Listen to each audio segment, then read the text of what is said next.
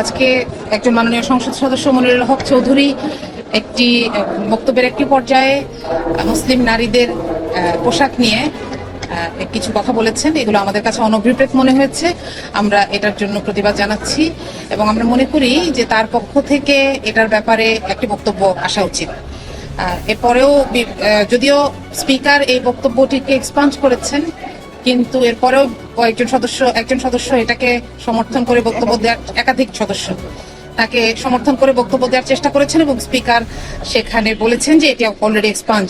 তো আমরা স্পিকারের এই পদক্ষেপকে সাহসী এবং আমরা ধন্যবাদ দেওয়ার মতন মনে করছি।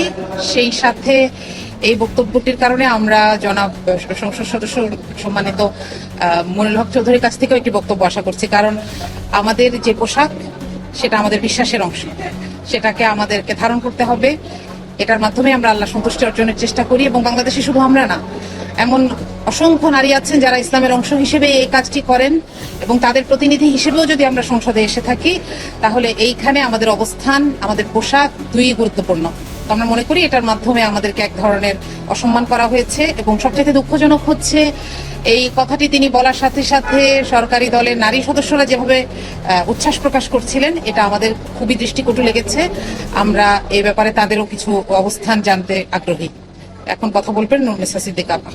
জাতীয় সংসদ আমাদের অধিকার সংরক্ষণ আর জাতির নাগরিকদের অধিকার সংরক্ষণ এবং তাদের কথা বলার জায়গা, কিন্তু সেখানে কেউ কাউকে হেয় করে অপমান করে কথা বলা, এটা সংবিধান পরিপন্থী এবং মৌলিক মানবাধিকার পরিপন্থী। পোশাকের স্বাধীনতা একটা স্বীকৃত বিষয়। বাংলাদেশের 90% মুসলমান এবং মুসলিম মহিলারা হিজাব পরে থাকে, যে যেভাবে পারে সেভাবে হিজাব পরে। তো আমাদের মাননীয় সংসদ সদস্য মনিরুল হক চৌধুরী তিনি বাজেট বক্তৃতা করতে যেয়ে তিনি ব্যক্তিগতভাবে আক্রমণাত্মক কথা বলেছেন, আমাদের হিজাবের প্রতি কটাক্ষ করেছেন।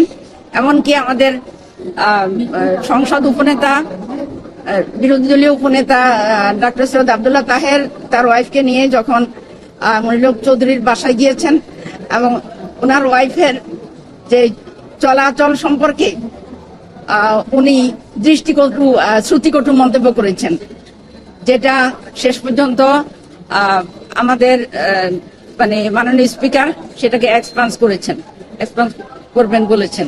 এই জন্য আমরা তাকে ধন্যবাদ দেই। আর সংসদের মতো পবিত্র জায়গায় এবং মুসলমানদের প্রতিনিধিত্বকারী একটা সংসদ, আর সেখানে এই ধরনের কথা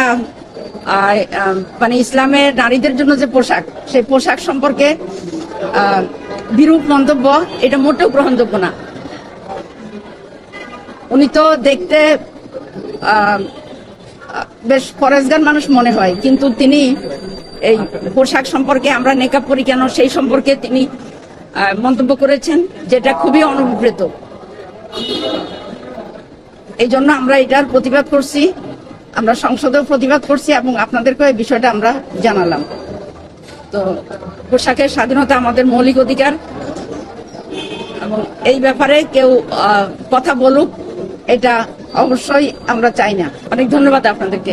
স্পিকার কথাটাকে এক্সপান্ড করেছে, আপনারা সবাই জানেন, কিন্তু আমরা মনিরুল হক চৌধুরীর কাছে ক্ষমা প্রার্থনা উনি আমাদের কাছে দুঃখ প্রকাশ করবে এবং ক্ষমা প্রার্থনা করবেন, কারণ আমাদের কাছে মনে হয়েছে যে একটা অন্যায় কথা বলেছেন, একদম গুরুতর অন্যায় কথা। পর্দা একটি ফরজ আমল, যারা পর্দা করেন তারা অবশ্যই আমাদের কাছে অনেক বেশি সম্মানিত। এবং আমরা এমন একটা বাংলাদেশ চাই যে বাংলাদেশে প্রত্যেকটা নারীর যে পোশাক, সেই পোশাক নিয়ে তাদেরকে জনগণ এবং যারা আছেন সেই পোশাককেই তারা সম্মান করবেন। যেমন কোনো নারী যদি সে পর্দা না করে, সে যদি অন্য কোনো পোশাকে কমফোর্ট ফিল করে, সেখানে কিন্তু সংবিধান আমাদেরকে যতক্ষণ পর্যন্ত তিনি রাষ্ট্রের কোনো আইন ভঙ্গ না করে ততক্ষণ পর্যন্ত তাকে নিয়ে কটাক্ষ করার অধিকার সংবিধান আমাদেরকে দেয় নাই। কিন্তু আমরা প্রায় দেখি সংসদে ইসলাম নিয়ে একটা মকারি করা হয় এবং তারা মনে করেন যে এটা এটা দিয়ে একটা নির্দিষ্ট দলকে তারা হেয় প্রতিপন্ন করতে চায়, কিন্তু দলকে হেয় করতে গিয়ে তারা যে ইসলামের মৌলিক বিষয়গুলোকে আঘাত করে এটা কিন্তু তারা খেয়াল করেন না। এবং এই জায়গা থেকে আমি মনে করি আমরা এখানে বাংলাদেশের প্রতিটি নারীর, যে নারী যেভাবে থাকতে চায় সেই নারীর প্রতিনিধিত্ব করতেছি। যেই নারী হিজাব করে আমরা তারও প্রতিনিধিত্ব করতেছি, যেই নারী হিজাব পরে না তারও প্রতিনিধিত্ব করতেছি। যদি হিজাব পরা কোনো নারীর উপরে কোনো ধরনের কটাক্ষ আসে সেটার ব্যাপারে আমরা